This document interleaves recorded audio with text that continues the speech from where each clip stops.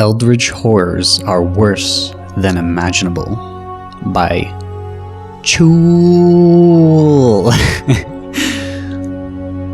Do you ever wonder why it has taken humanity so long to get to Mars? Well, that's not really the subject of my story, but it's an important preface. I'll summarize it by saying this: governments keep their abilities secret. Why am I revealing all of these secrets? Well, the thing is, they're not actually secrets. This memoir is to be released an appropriate amount of decades after being written, in accordance with my wishes. I won't even attempt to guess when that might be. My clearance isn't high enough. But it will probably be after the general public has already been introduced and familiarized with all of this technology, so I won't really go too deep into it, since you already know all of that.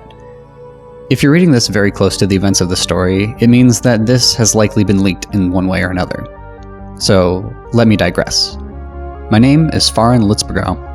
I'm an astronaut aboard one of these clandestine missions in the early 21st century on a solo mission due to it being relatively low risk. I was headed to a small planet officially called CT-47854432H0 for a construction mission. File corrupt. Attempting recovery.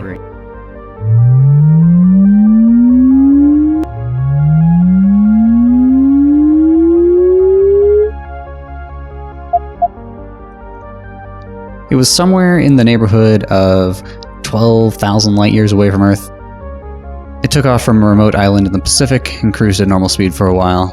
I looked out at Mars and scoffed at how someone back on the blue ball still has their eyes set on such small horizons, literally. After I spent a few days at normal speed, making sure all systems were checked, and making sure all necessary reports and other menial tasks were completed, I settled in for the long haul. I finally arrived after a long journey. I got up, left the chamber, and entered the bridge. The ship had set itself to normal speed, so it still had several hours to make all necessary preparations. I couldn't yet see the planet from where I was, but I could see its star. I prepared the suit and processed all necessary calculations and other procedures. Eventually, I was close to it, and I saw the lonely gray planet. Landing was a breeze for me and went smoothly. Got out and examined the planet. It was elephant gray and pockled with many pores across its surface. I conducted several simple tests to figure out the gravity equations, which I could already tell was somewhat similar to Mars's. I took samples to figure out the molecular composition of the surface and the atmosphere.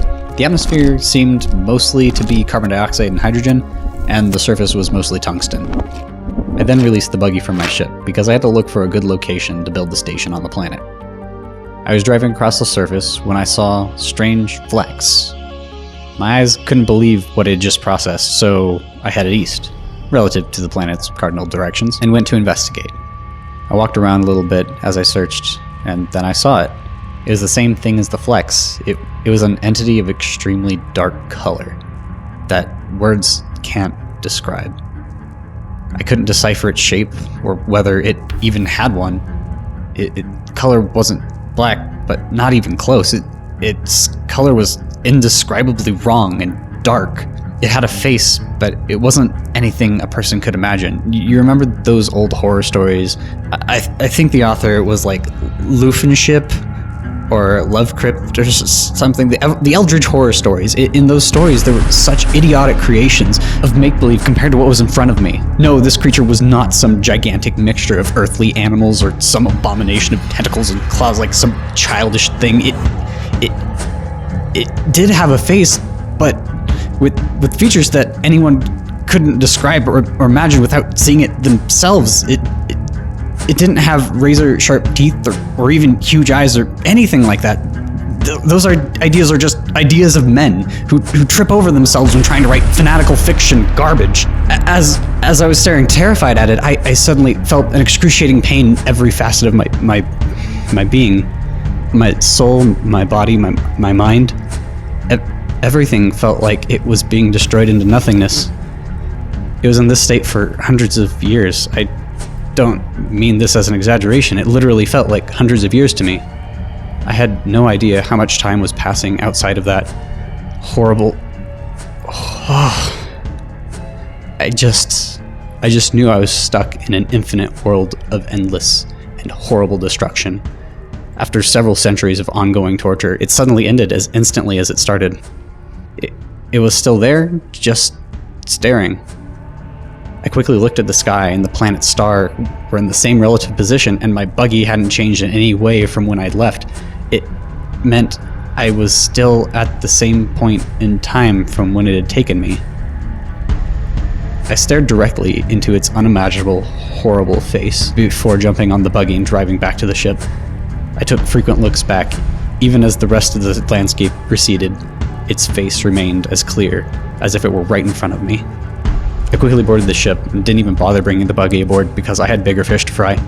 I quickly explained to the base through the communication systems that I had to leave for an emergency I couldn't explain at the moment, and then made necessary takeoff arrangements before making my hasty departure. When I was safely out of the planet's orbit, I took a look back at the wretched planet.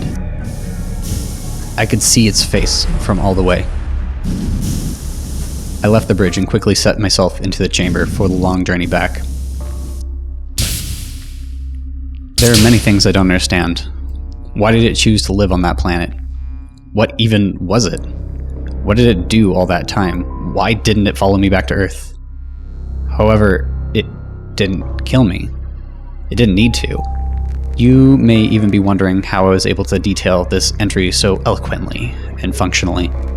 I might be alive, but how is everything that gave my entity not shattered?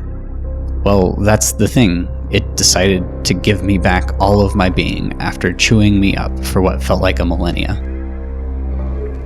The fact that it decided to let me keep my life and sanity scares me infinitely more than the idea of it simply killing me.